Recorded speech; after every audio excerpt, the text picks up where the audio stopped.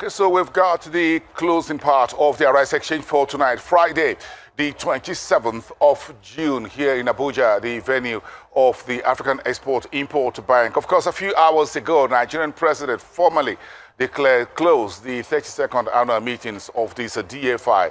And of course, as you heard from some of my guests earlier on the show, it was a day, an evening of tribute for Professor Benedict Orama, the head of Afreximbank, after 10 years in the saddle as the head of that organization. So let's take a bit of a soundbite from Nigeria's finance minister and the coordinating minister for the economy, Mr. Wale Edun, who spoke before, of course, President Tinubu brought this meeting to a final closure. Let's take a listen. We are at a pivotal moment in Africa's journey. The African Continental Free Trade Area Agreement gives us a powerful platform to reimagine our continent's future. And so this is more than just an annual meeting, more than just a gathering. It's a convergence of our shared dreams for a more prosperous, a more integrated, and definitely a more internationally competitive Africa. We gather not just as officials, but as custodians of a regional and a continental promise. Nigeria is honored to host this landmark event, as I said earlier. And to all of you, our guests, feel at home. You are most welcome, and be sure to return often. Our partnership with Afreximbank has deepened over the years, and it's been a journey marked by hope, resilience, and a shared prosperity. May I therefore add that we do not want to wait another 32 years to host this summit in Nigeria again. Afrexim has been instrumental in Nigeria's economic transformation, and in particular, in the last couple of years, under the bold and courageous leadership of President Bola Ahmed Tinubu, impactful things have been done, including the opening in just a few months ago of the Africa Trade Center in Abuja, a hub for trade finance. Likewise, this very month, the establishment of the African Medical Center of Excellence in Abuja, bringing world-class healthcare to Nigeria, to Africa, and indeed to the world. Let me just say that we also, I must mention, the substantial support to the private sector from Professor Orama and his team. The likes of the Dangote refinery have benefited. The small and medium-scale sector has benefited, and we thank you for that. In all, development financing by Afreximbank for Nigeria has exceeded $50 billion. I know others will tell us about the impact of the leadership of Professor Orama over the last 10 years. But I must just say that we do have, as a result of his innovation, his determination, and his thought leadership, the Pan-African Payment System, the African Free Trade Area Adjustment System, the Transit Guarantee System, and the annual International Trade Fair. These are all key building blocks in making Africa able to trade amongst ourselves, to raise from a paltry 15% the figure of trade which we do with each other. Everything else goes outside. We still face in Africa daunting challenges. However, we are able, if we can trade together, to move our people out of poverty in the millions. The Nigerian government is committed fully to supporting Afreximbank through capitalization, regulation, and steadfast partnership. And we affirm our adherence to meet all our treaty obligations, and we urge all other states to do the same, to keep Afreximbank a strong, stable, and impactful institution.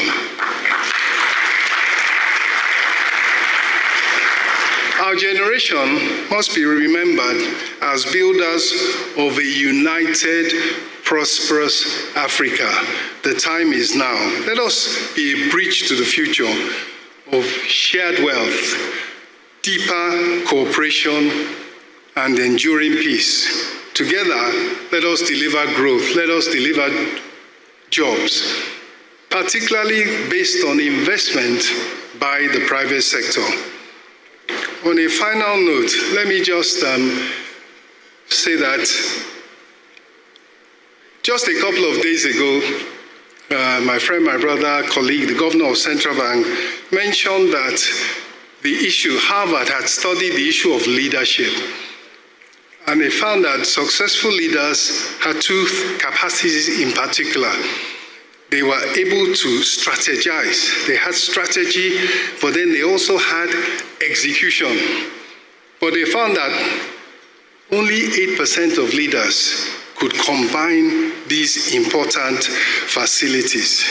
Nigeria is a fitting host for this pivotal gathering as Africa's most populous nation and one of the strongest voices for unity and progress. More than a routine meeting, this is a moment to reflect on our shared resilience and renew our commitment to shaping Africa's future boldly and deliberately. The theme of this year's meeting, Building the Future on Decades of Resilience, is timely and profound. Afreximbank, under Professor Benedict Orama's steadfast leadership, has grown its assets from $5 billion to over $37 billion in a good time. Its decade of leadership saw the bank champions Africa's pandemic response, drive industrialization, support the African Free Trade Area, and the continent's creative economy. Its legacy is one of the generational impact. Thank you.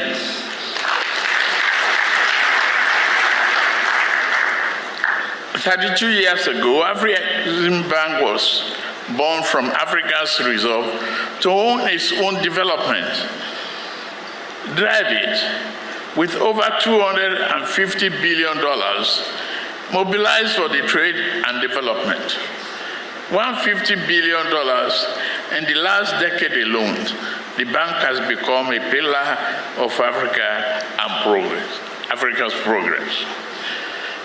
Nigeria has proudly benefited from over $52 billion in support directed into energy, agriculture, infrastructure, manufacturing, healthcare, and creative industries.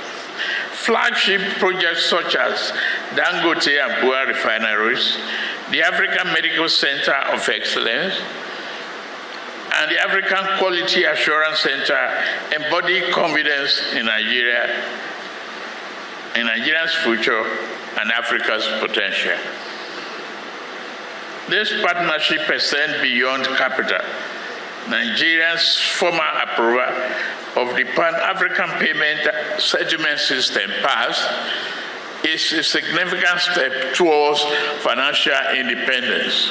Thank you, Orama. PASS enables a cross-border trade in local currencies, reducing reliance on foreign exchange and promoting economic stability. I urge all